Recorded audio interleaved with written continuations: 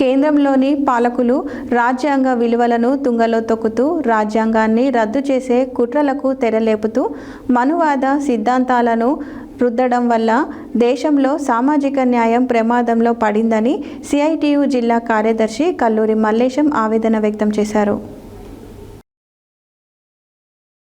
శనివారం చౌటుప్పల్ క్లస్టర్ పరిధిలోని మల్కాపురంలో గ్రామంలో శ్రీ ఆందోళ్ మాతా ట్రాక్టర్ డ్రైవర్స్ యూనియన్ కార్యాలయంలో జరిగిన భారత రాజ్యాంగ పరిరక్షణ సవాళ్లు సెమినార్కు సిఐటియు జిల్లా కార్యదర్శి కల్లూరి మల్లేశం ముఖ్య అతిథిగా హాజరై మాట్లాడుతూ రాజ్యాంగంలోని ఆర్టికల్ 14, 16, 23, 41 వంటివి కార్మికులకు కల్పించిన కనీస హక్కులను, రక్షణలను కేంద్ర ప్రభుత్వం నిర్వీర్యం చేస్తోందని విమర్శించారు.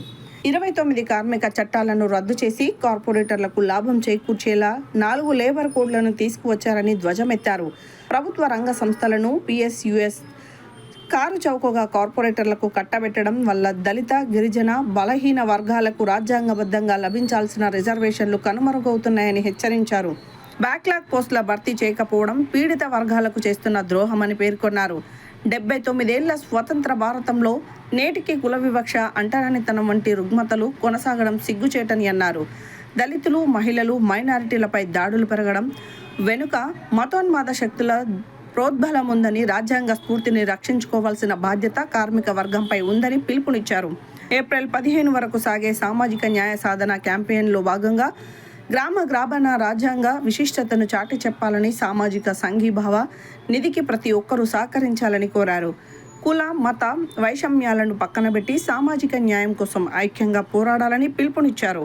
ఈ కార్యక్రమంలో సిఐటియు జిల్లా ఉపాధ్యక్షులు ఎండి పాషా, సిఐటియు జిల్లా కమిటీ సభ్యులు జొన్నగడ్డల దేవయ్య, మండల నాయకులు జావీద్, యూనియన్ నాయకులు డోనూరు శ్రీనివాసరెడ్డి, మీసాల జంగయ్య, పంతం గణేష్, భిక్షపతి, వెంకటేష్ స్వామి, వివిధ యూనియన్ల నాయకులు పాల్గొన్నారు.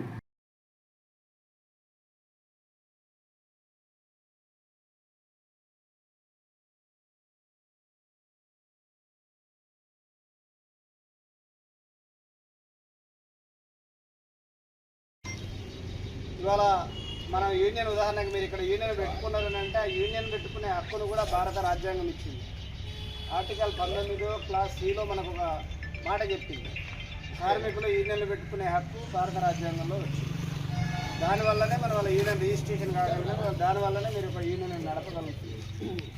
కానీ ఇప్పుడు వచ్చిన పరిస్థితుల్లో లేబర్ కోడ్లలో ఇవాళ ఈ కార్మికులు యూనియన్ పెట్టుకునే హక్కు లేకుండా కూడా పోతున్న పరిస్థితి ఉన్నది.